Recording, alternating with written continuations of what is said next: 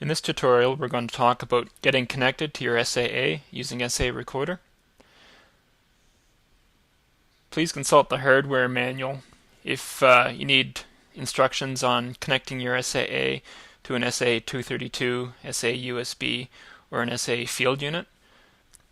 We're assuming you have your SA already connected to that and have connected your SA232, SA USB, or field unit to your PC already. So, assuming that's connected, we'll just click on the SA Suite icon here on your desktop, and then we can click on SAArecorder. In the opening screen, we have 4 choices, so if we're going to connect to an SA, we'll select the top choice. And you see we only have one serial port in this computer. It's called COM27, and it's already checked by default. And because this SAA is equipped with an SA top module, that's a module for measuring voltage, current, and temperature at the top of the SAA, it was detected automatically on COM27.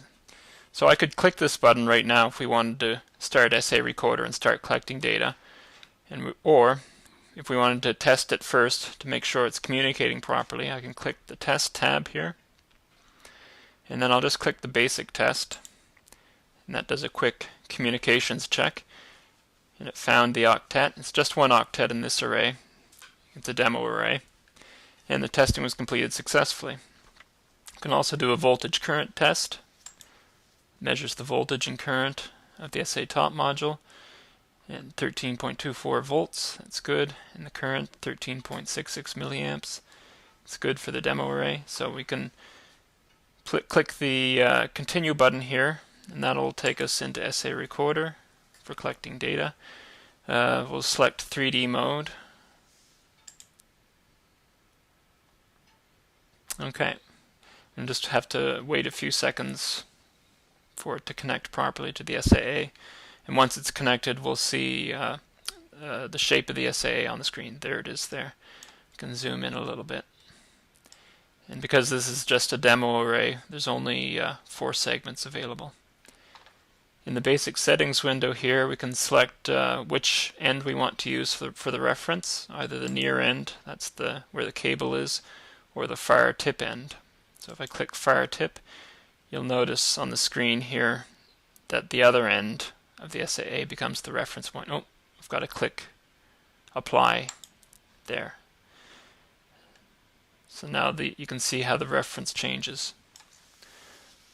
For averaging, normally if you're measuring static shape, you'll want to be using AIA mode. That stands for averaging in array. So I'll click that. And usually we select an averaging level of about 1000 for AIA, and click apply.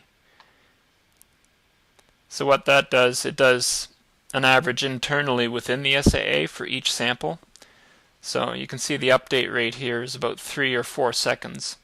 So every 3 or 4 seconds it averages 1000 samples of data within the SAA.